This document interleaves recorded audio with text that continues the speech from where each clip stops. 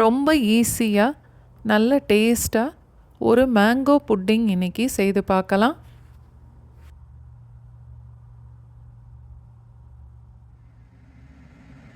கொஞ்சம் கூட புளிப்பே இல்லாத நல்ல பழுத்த மாம்பழம் 1 கப் அளவுக்கு.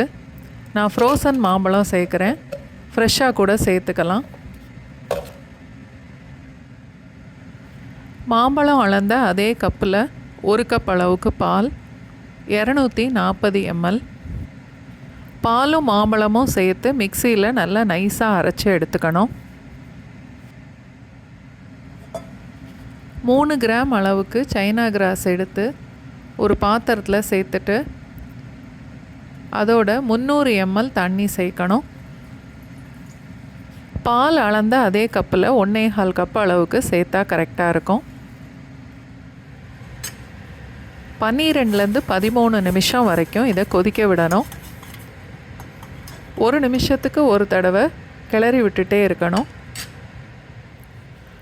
சைனா கிராஸ் 10 நிமிஷம் கொதித்ததுக்கப்புறம் இன்னொரு பாத்திரத்தில் மாம்பழமும் பாலும் அரைச்சதை சேர்த்து மீடியம் ஃப்ளேமில் வச்சு கொதிக்க விடணும். இது 2 இல்லை 3 நிமிஷத்துக்குள்ளே கொதிச்சிரும்.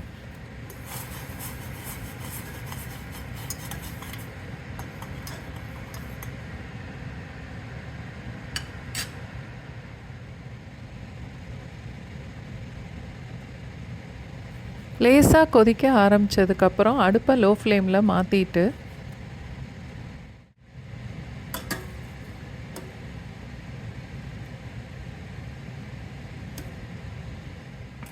நூற்றி 50 ml அளவுக்கு கண்டென்ஸ்டு மில்க் சேர்க்கணும்.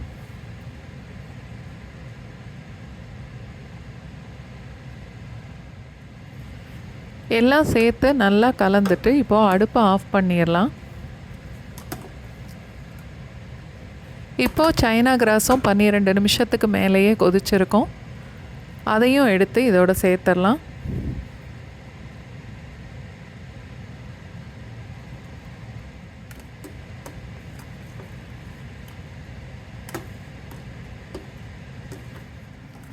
நல்ல வெதுவெதுப்பான சூடு வர்ற வரைக்கும் கைவிடாமல் கிளறிக்கிட்டே இருக்கணும். வெதுவெதுப்பான சூட்டுக்கு வந்ததுக்கப்புறம் நல்லா பழுத்த மாம்பழம் பொடிசாக கட் பண்ணி எடுத்திருக்கேன் 1 கப் அளவுக்கு. அதையும் இப்போ இதோட சேர்த்து நல்லா கலந்துடணும்.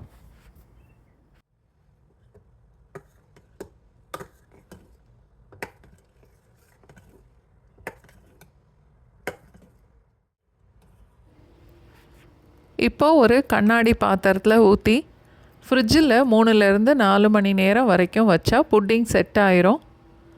இது மாதிரி சின்ன கிண்ணத்தில் வேணாலும் ஊற்றிக்கலாம், இல்லை இது மாதிரி பெரிய கிளாஸ் பவுலில் ஊற்றி வேணும்னாலும் ஃப்ரிட்ஜில் வச்சுக்கலாம்.